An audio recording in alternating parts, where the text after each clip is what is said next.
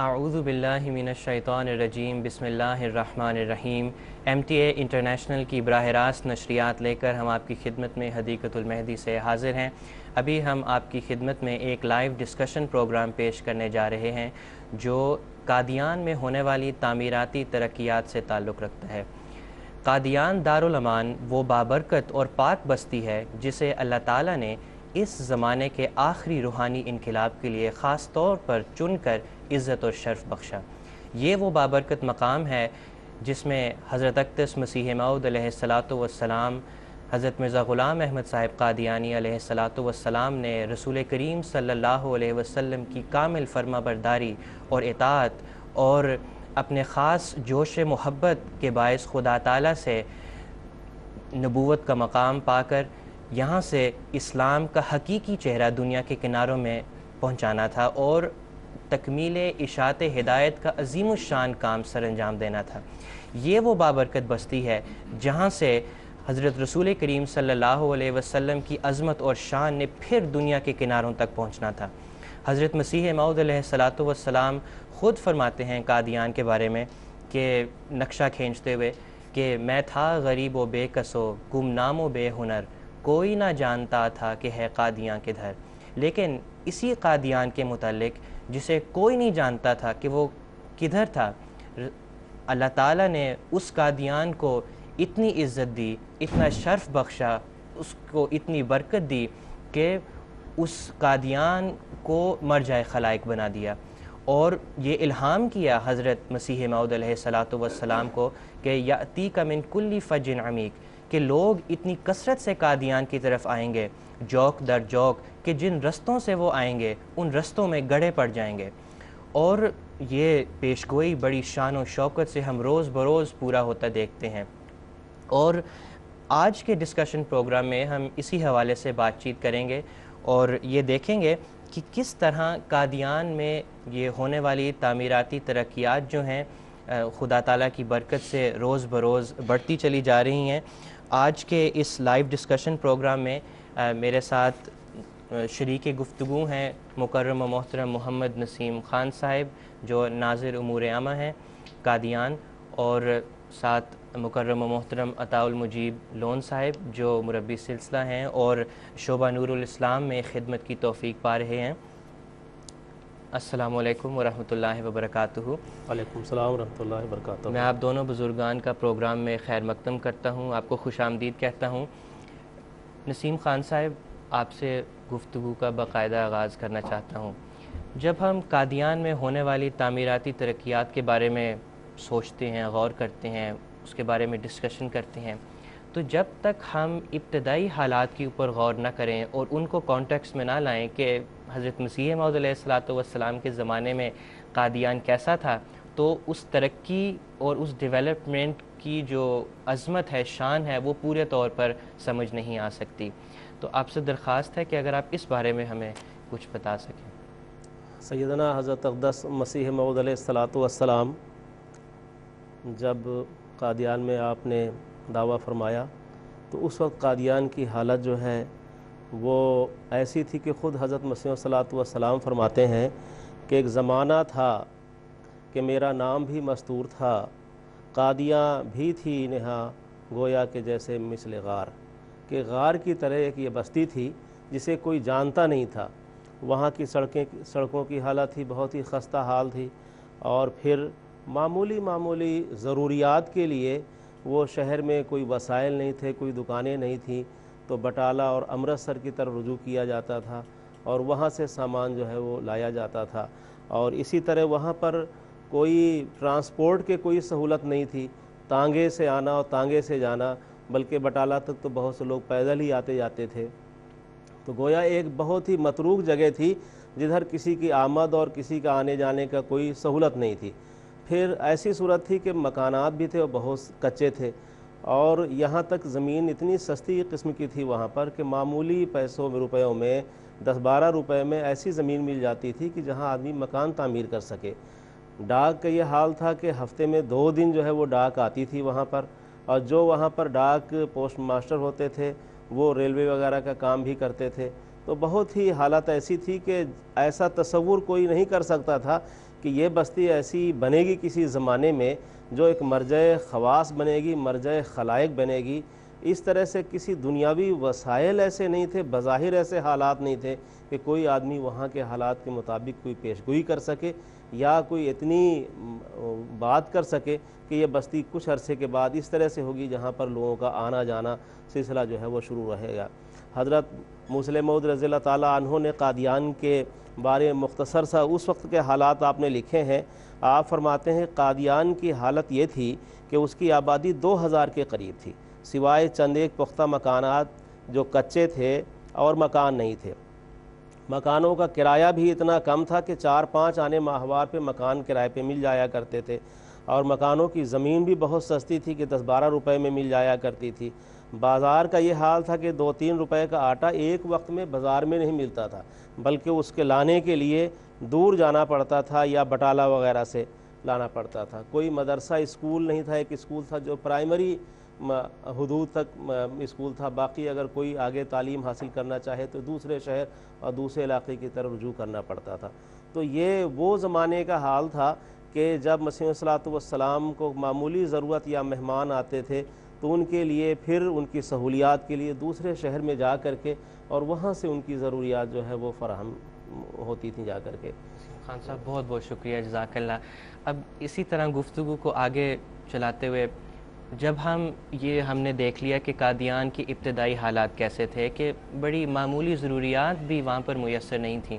لیکن اب خدا تعالیٰ نے جماعت پر اتنا فضل کیا، اتنا احسان ہے کہ اب بہت ساری تعمیراتی ترقیات بھی ہوئی ہیں، بہت ساری ڈیولپمنٹ بھی ہوئی ہے، انفراسٹرکچر کی بھی ڈیولپمنٹ ہوئی ہے، لیکن خاص طور پر جب ہم قادیان کی اصل ایک جو کشش کا باعث ہے وہ ہر احمدی کے لیے دل میں خاص محبت ہے قادیان کے لیے، اور اس کی وجہ دراصل اپنے پیارے آقا کی وہاں پر جائے سکونت ہونے کے باعث ہے، کیونکہ یہ وہ بابرکت جگہ ہے جہاں پر حضرت مسیح پاک علیہ الصلوۃ والسلام کو مقبول دعاؤں کی خدمت ملی۔ یہ وہ جگہ ہے جہاں پر آپ رہتے تھے، آپ رہائش پذیر تھے، آپ کے قدم ان سڑکوں پہ پڑے ہیں، اور ہر احمدی وہاں پر اس لیے ایک خاص تعلق اپنے دل میں محسوس کرتا ہے۔ تو جب ہم دارالمسیح کے حوالے سے بات کرتے ہیں،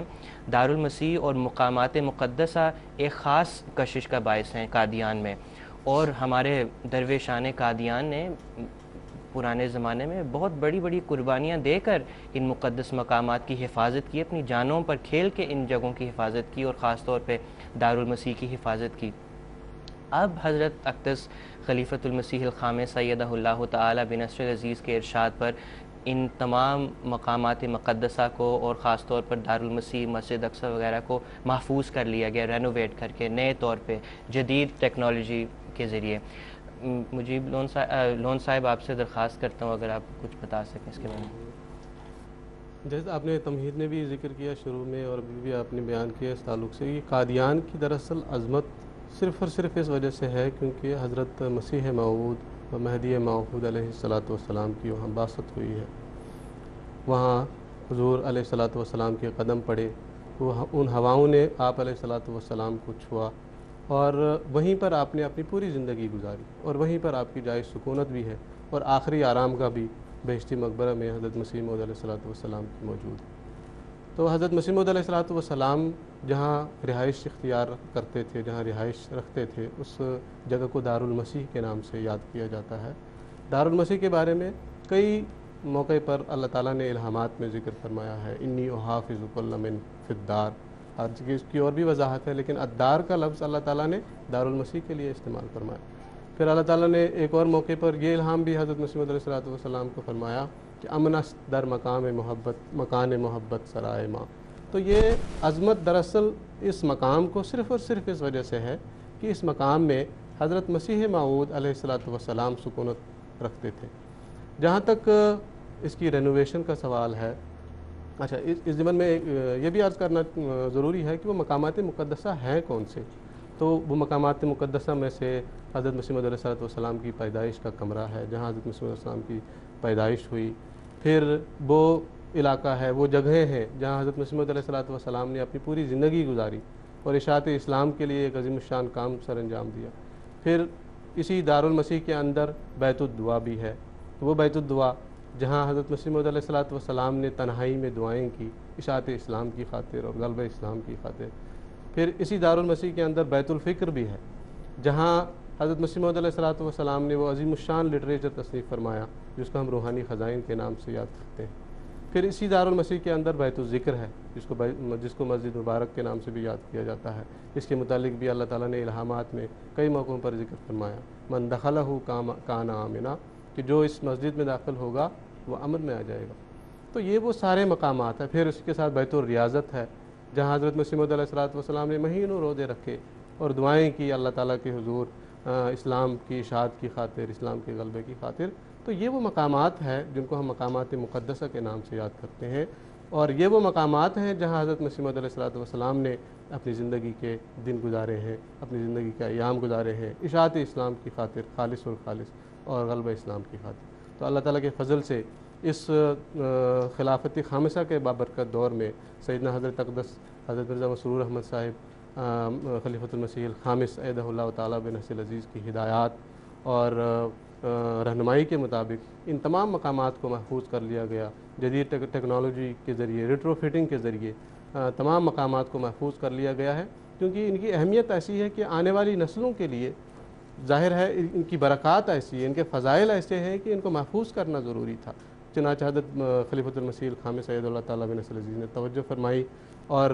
ہدایات فرمائی، رہنمائی فرمائی، اور ان ہدایات اور رہنمائی کے مطابق ان تمام مقدس مقامات کی رینوویشن کا کام اللہ تعالیٰ کے فضل سے پورا ہو چکا ہے اور مضبوط طور پہ ان کو محفوظ کر لیا گیا ہے۔ پھر اسی کے ساتھ مسجد اقصیٰ بھی، وہ بھی ایک بابرکت مقام ہے جہاں حضرت مسیح موعود علیہ الصلوۃ والسلام نے خطبہ الہامیہ ارشاد فرمایا تھا۔ اس مقام یہاں جلسہ سالانہ کے موقع پر اور بعض دوسرے مواقع پر بھی جگہ کی بہت قلت تھی، نمازیوں کے لیے بہت قلت تھی، چنانچہ حضور اید اللہ تعالیٰ بنصر العزیز کی ہدایات کے مطابق اس کو کافی حد تک وسیع کیا گیا ہے۔ اس میں 3 منزلہ ایک عمارت 7 ملحق بنائی گئی ہے، بیسمنٹ اس کے اوپر فرسٹ فلور اور اس کے اوپر سیکنڈ فلور۔ اس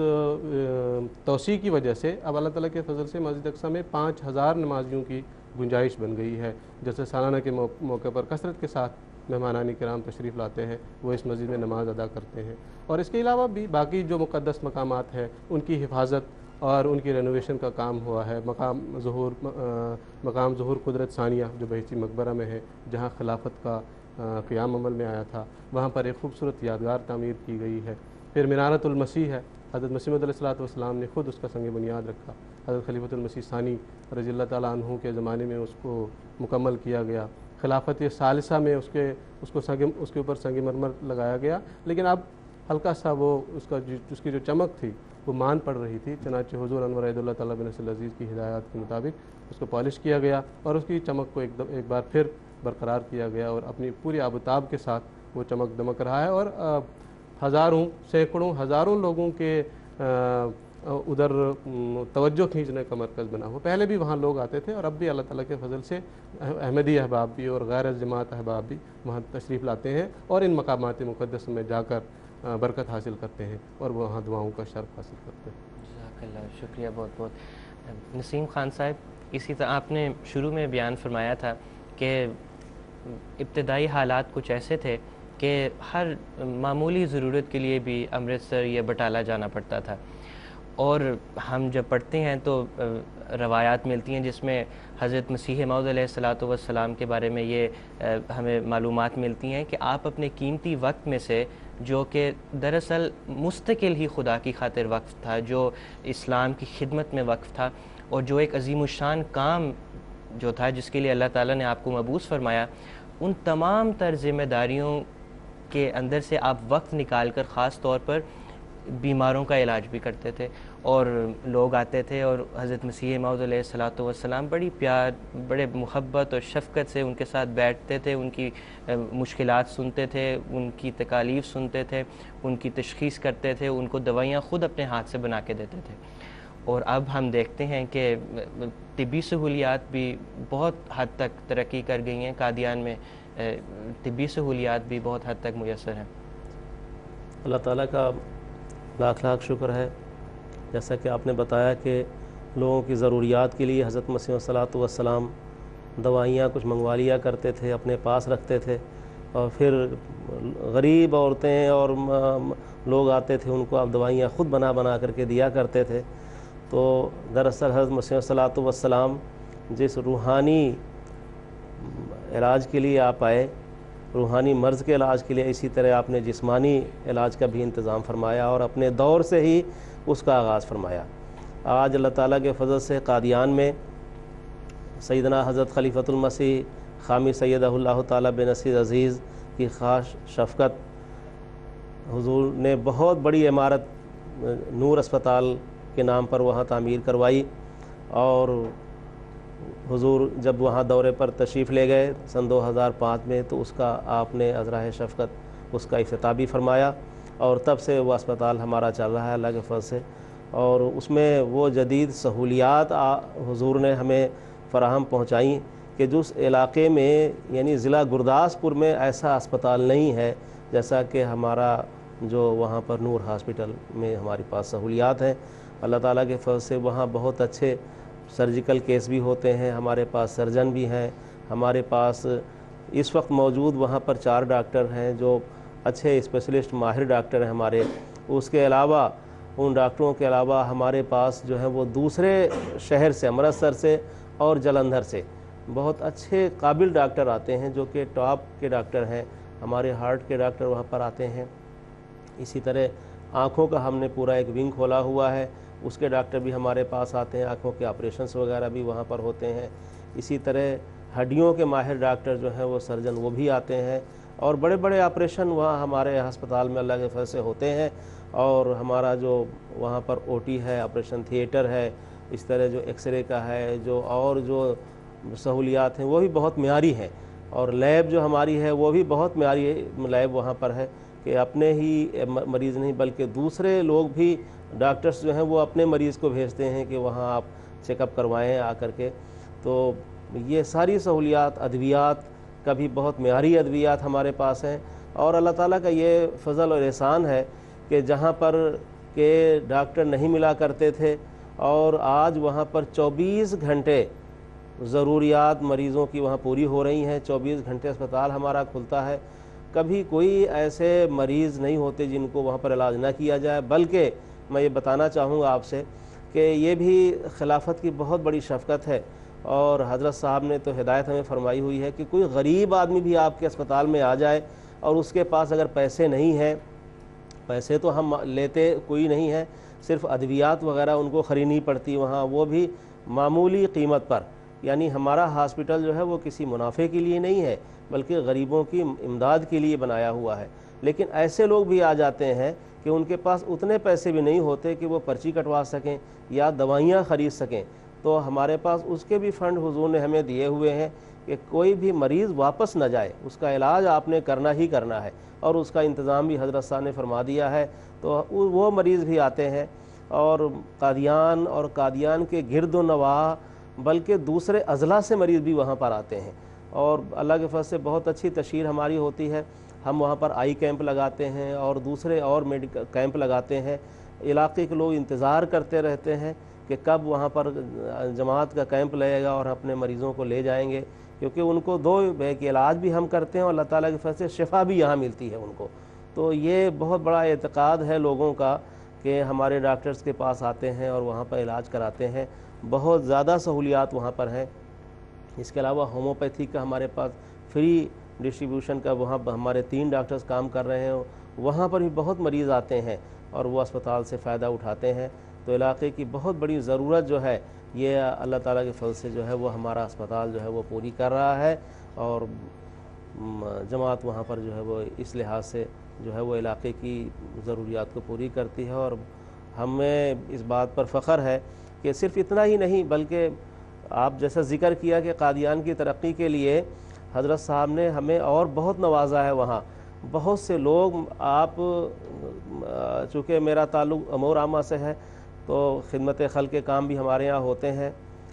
کوئی بھی آدمی ہمارے شہر میں اور ہمارے علاقے میں ہم اس بات کی ضمانت دیتے ہیں کہ کوئی گھر ایسا نہیں ہے کہ اگر وہ بھوکا ہو اور ہمارے پاس ہے تو ہم اس کو کھانا نہ دیں، اور اس کے پاس اگر چھت نہیں ہے تو اس کے چھت کا انتظام ہم کرتے ہیں۔ ان کی کوئی ضرورت ہوتی ہے، بچیوں کی شادیاں ہوتی ہیں، وہ لوگ ہمارے پاس آتے ہیں، حضرت صاحب کی خدمت میں ہم معاملے بھیجتے ہیں، ان کی بچیوں کی شادیوں میں حضرت صاحب شفقت فرماتے ہیں۔ تو ہم نے یہ دیکھا ہے آج تک کہ کوئی بھی ایسا انسان جو وہاں پر آیا ہے اور اپنی کسی ضرورت کا بھی ذکر کیا ہے اور وہ ضرورت ہمارے سامنے لایا ہے اور ہم حضرت صاحب کی خدمت میں پیش کیا ہے، تو ہمیشہ حضور نے شفقت فرمائی ہے، خالی ہاتھ کوئی بھی نہیں گیا وہاں سے۔ تو آج بھی بڑی امیدوں کے ساتھ لوگ آتے ہیں اور بڑی عقیدت کے ساتھ وہاں غیر مسلم دوسرے لوگ جو ہیں وہ جماعت سے بڑی عقیدت سے اور احترام سے پیش آتے ہیں۔ وسیم خان صاحب جزاک اللہ، بہت بہت شکریہ۔ عجیب خدا تعالیٰ کی قدرتیں ہیں کہ وہ مقام جہاں سے اسلام کی نشت ثانیہ ہونی تھی، لوگوں کی روحانی سیرابی اور روحانی علاج کے سامان ہونے تھے، اللہ تعالیٰ نے اسی مقام کو جسمانی علاج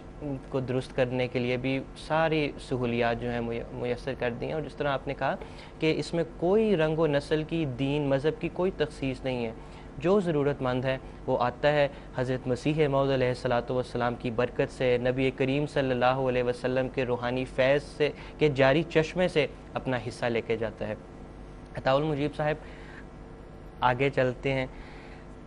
جب ہم مہمانوں کی آمد کے بارے میں بات کرتے ہیں تو یہ بھی ایک بڑا خاص ایک پہلو ہے، قادیان سے تعلق رکھتا ہے۔ حضرت مسیح موعود علیہ الصلاۃ والسلام کی بعثت سے بڑا خاص تعلق ہے مہمان نوازی کو۔ اللہ تعالیٰ نے شروع میں ہی حضرت مسیح موعود علیہ السلام کو فرما دیا تھا کہ مہمان بہت کثرت سے آئیں گے، تم نے تھکنا نہیں ہے۔ اور اب ہم ایک وقت تھا جب حضرت مسیح موعود علیہ السلام خود اپنے گھر سے انتظامات کرتے تھے، اپنی ذات پر مشقت اور تکلیف برداشت کر کے مہمانوں کی ضروریات پوری کرتے تھے۔ اب تو وہاں باقاعدہ گیسٹ ہاؤسز بھی بن چکے ہیں۔ بات بالکل آپ نے شروع میں بھی کہا تھا کہ حضور علیہ الصلوۃ والسلام کو اللہ تعالیٰ نے الہاماً فرمایا تھا کہ یاتون من کل فج عمیق، کہ ہر کونے سے، دنیا کے ہر کونے سے تمہارے پاس لوگ آئیں گے اور اتنے آئیں گے کہ راستوں میں گڑھے پڑ جائیں گے۔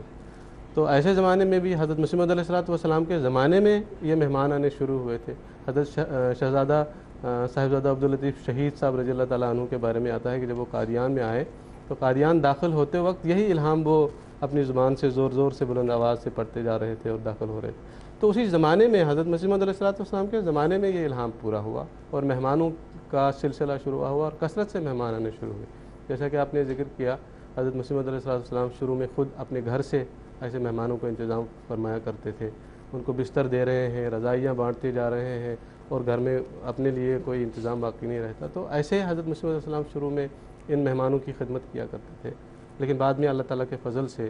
حضرت مسیح علیہ السلام کو یہ بھی الہام ہوا تھا کہ وسع مکان کا، کہ اپنے جو مکان ہے مکانیت کو وسیع کر۔ تو اللہ تعالیٰ کے فضل سے حضرت مسیح علیہ السلام کے زمانے سے ہی وسعت مکانیت کا جو نظارہ ہے وہ قادیان میں اللہ تعالیٰ کے فضل سے شروع ہو چکا تھا۔ اور حضرت مسیح موعود علیہ السلام کے زمانے میں ہی قادیان میں دارالضیافت کا قیام عمل میں آیا تھا، اور دارالضیافت میں مہمانوں کے کھانے کا انتظام، مہمانوں کے رہنے کا انتظام اسی زمانے سے شروع ہو چکا تھا اللہ تعالیٰ کے فضل و کرم سے۔ اور بڑی برکت ہے اس مہمان خانے میں، اور بڑی برکت وہاں سے لوگ حاصل کرتے ہیں۔ وہاں سے تبرک حاصل کرنے کے لیے لوگ وہاں کے لوگوں کو جو وہاں رہتے ہیں ان کو بتایا کرتے ہیں۔ تو بہرحال اسی زمانے میں حضرت مسیح موعود علیہ السلام کے زمانے میں ہی یہ قائم ہوا تھا۔ حضرت خلیفۃ المسیح الخامس سید اللہ تعالیٰ بن نصر العزیز جب 2005 میں قادیان تشریف لے گئے تھے تو جائزے کے دوران حضور انور عید اللہ تعالیٰ بن نصر العزیز نے دارالضیافت کی توسیع کا خاص طور پر ارشاد فرمایا، اس کی رینوویشن کا خاص طور پر ارشاد فرمایا۔ تو اللہ تعالیٰ کے فضل سے اس کا کام مکمل ہو چکا ہے، اس کی رینوویشن ہو چکی ہے اور 12 مزید نئے کمرے اس میں تعمیر ہو چکے ہیں۔ جدید سہولیات سے آراستہ وہ کمرے ہیں، مہمانوں کے رہنے کا، کھانے کا، پینے کا وہاں اللہ تعالیٰ کے فضل سے بہترین انتظام موجود ہے۔ اور اس کے علاوہ بھی چونکہ وسعت مکانیت کا حضور عید اللہ تعالیٰ بن نصر العزیز نے 2009 میں خطبے میں ارشاد فرمایا تھا کہ وسع مکانہ کا جو الہام ہے حضرت مسیح علیہ السلام کو کئی بار ہوا ہے، بار بار ہوا ہے، اور بار بار ہونے کا مطلب یہ ہے کہ ہر بار وہ ایک نئی شان کے ساتھ پورا ہوگا، اور ہوتا ہے۔ اور اس دور میں تو ہم اس کی شان کو اللہ تعالیٰ کے فضل سے ہر لحاظ سے پورا ہوتے ہوئے دیکھ رہے ہیں۔ تو حضرت خلیفۃ المسیح خامس سید اللہ تعالیٰ بن نصر العزیز نے کئی عمارات تعمیر کرنے کی ہدایت وہاں فرمائی، منظوری وہاں فرمائی۔ ایک عمارت احمدیہ گراؤنڈ کے ساتھ ہی تعمیر ہوئی ہے ایوان انصار کے دائیں طرف،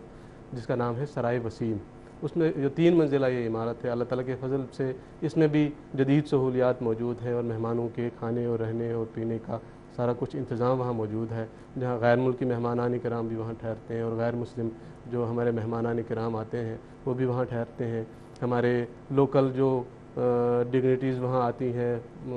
کچھ گزشتہ دنوں پنجاب کے وزیر اعلیٰ بھی وہاں تشریف لائے تھے. تو ایسے سارے مہمانوں کا وہاں اللہ تعالیٰ کے فضل سے سرائے وسیم میں انتظام ہوتا ہے. اور اس کے علاوہ پہلے بھی چند گیسٹ ہاؤسز وہاں موجود تھے، لیکن خلافت خامسہ میں ایک رجحان پیدا ہو گیا ہے تمام ممالک کے رہنے والے احمدی احباب کا قادیان کی طرف، اور وہ اپنے ممالک کے مہمانوں کے لیے وہاں گیسٹ ہاؤسز تعمیر کروا رہے ہیں. اللہ تعالیٰ کے فضل سے آسٹریلیا گیسٹ ہاؤس وہاں تعمیر ہو چکا ہے، موریشس گیسٹ ہاؤس وہاں تعمیر ہو چکا ہے، انڈونیشین گیسٹ ہاؤس وہاں تعمیر ہو چکا ہے. یہ تمام ممالک کے مہمان جب جلسہ سالانہ کے موقع پر وہاں تشریف لاتے ہیں تو اپنے انہی گیسٹ ہاؤسز میں قیام کرتے ہیں. اور اس کے علاوہ بھی جلسہ سالانہ کا ہال اسی مہمانوں کے لیے تعمیر ہوا ہے، اور 4 سٹوری جماعت کے پاس ہے. اس کے علاوہ ایک اور بلڈنگ اس کے سامنے ہی جماعت کے پاس ہے، اس میں مہمانوں کا اللہ تعالیٰ کے فضل سے بہترین انتظام موجود ہے. اور اس کے علاوہ پھر سرائے طاہر جس میں جامعہ احمدیہ کی بلڈنگ ہے، اس وقت وہ جامعہ احمدیہ کے ذریعے استعمال ہے، اس میں بھی اللہ تعالیٰ کے فضل سے جلسہ سالانہ کے موقع پر ایک کثیر تعداد مہمانوں کی وہاں رہتے ہیں، اور وہاں ان کے کھانے پینے کا اور رہنے کا انتظام موجود ہوتا ہے. تو اللہ تعالیٰ کے فضل سے وہ زمانہ جب حضرت مسیح موعود علیہ السلام کے پاس 1-2 آدمی آتے تھے، اور حضرت مسیح علیہ السلام کو اللہ تعالیٰ یہ الہاماً فرماتا ہے کہ وسع مکان کا، اور حضرت مسیح موعود علیہ السلام اس الہام کو اس طرح پورا کرتے ہیں کہ گھاس پھوس کے 2-3 چھپر تعمیر کرواتے ہیں اس حکم کی تعمیل میں. لیکن آج اللہ تعالیٰ کے فضل سے نہایت ہی شان کے ساتھ یہ الہام پورا ہوتا ہوا ہمیں نظر آتا ہے. اور خلافت خامسہ کے اس بابرکت دور میں اللہ تعالیٰ کے فضل سے جہاں دنیا کے دوسرے اطراف میں یہ الہام پورا ہو رہا ہے، وہاں قادیان میں بھی ایک خاص شان کے ساتھ اس الہام کو پورا ہوتے ہوئے ہم دیکھ رہے ہیں. اور مجیب صاحب جزاک اللہ، ہمارے پاس پروگرام میں آخری چند منٹ رہ گئے ہیں، لیکن اگر ہم قادیان کے پرنٹنگ پریس کے بارے میں بات نہ کریں تو غالباً یہ بہت بڑی ناانصافی ہوگی، کیونکہ حضرت مسیح موعود علیہ السلام کے بہت سارے عظیم الشان کاموں میں سے ایک خاص کام یہ بھی تھا کہ تکمیل اشاعت ہدایت کا کام آپ کے سپرد تھا. ایک وقت تھا جب حضرت مسیح موعود علیہ السلام کو خود جا کے پروف لینے پڑتے تھے، چیک کر کے پھر وہ پرنٹر کو واپس دیتے تھے، پھر کتابوں کی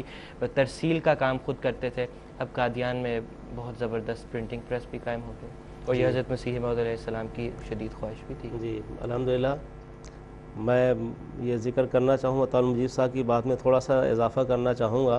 کہ حضرت خلیفۃ المسیح خامی سیدہ اللہ تعالیٰ بن نصیر عزیز کی خاص شفقت سے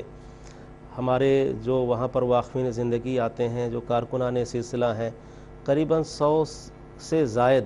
یا 100 کے قریب جو ہیں وہ ان کی رہائش کے لیے کوارٹرز تعمیر ہوئے ہیں. کالونی علیحدہ جو ہے ہماری تعمیر ہوئی، پھر مرکزی لائبریری علیحدہ تعمیر ہو گئی ہے. بہت شایان شان طریق پر اس میں کتابیں رکھی ہوئی ہیں، اور پورا شہر اس سے استفادہ کرتا ہے. تو یہ چیزیں مخزن تصاویر ہے، اور ہمارے دفاتر بہت عالی شان دفاتر اللہ کے فضل سے بن رہے ہیں. تو وہ عام چیز جو اس طرح سے مقامات مقدسہ سے ہٹ کر کے بھی یہ چیزیں کہ بہت بڑی تعمیراتی کام وہاں پر ہوئے ہیں اور ہو رہے ہیں. فضل عمر پرنٹنگ پریس جو ہمارا اس وقت ہے، اس سلسلے میں آپ نے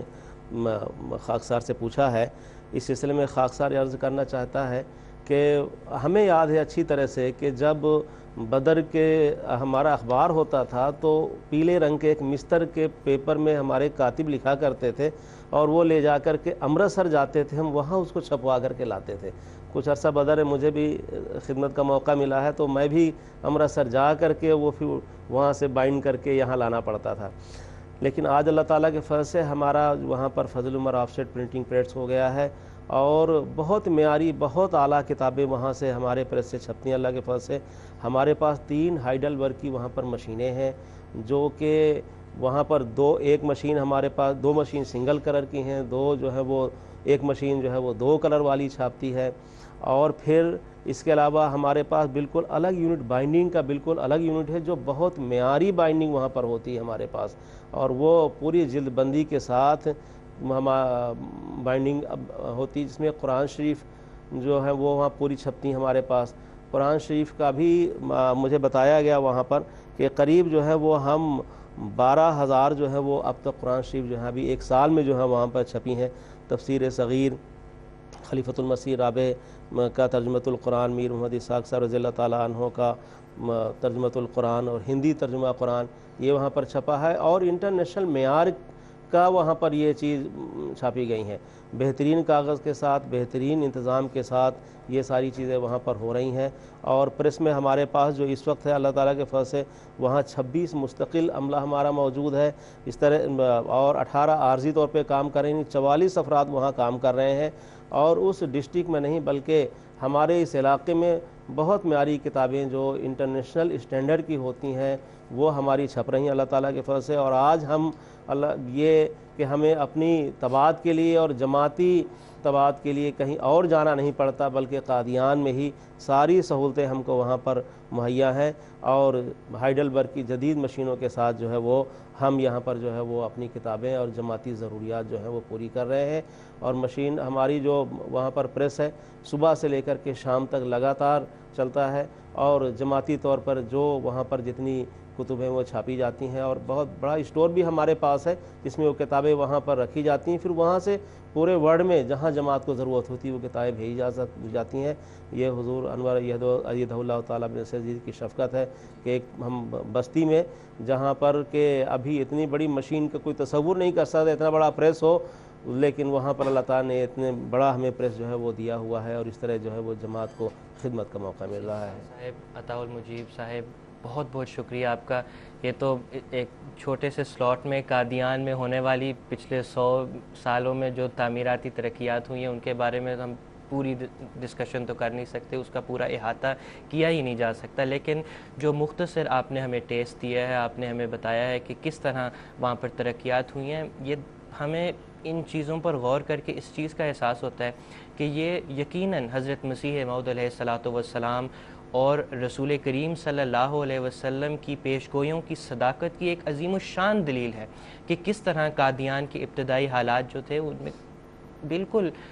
معمولی چیزیں بھی میسر نہیں تھیں، لیکن اب اللہ تعالیٰ نے اتنی برکت دی، اتنی وسعت دی قادیان کو، نہ صرف اس حق کے پیغام کو دنیا کے کناروں تک پہنچایا اور شہرت دی، بلکہ خود روز بروز قادیان کو بھی عظیم الشان وسعتیں عطا کرتا چلا جا رہا ہے۔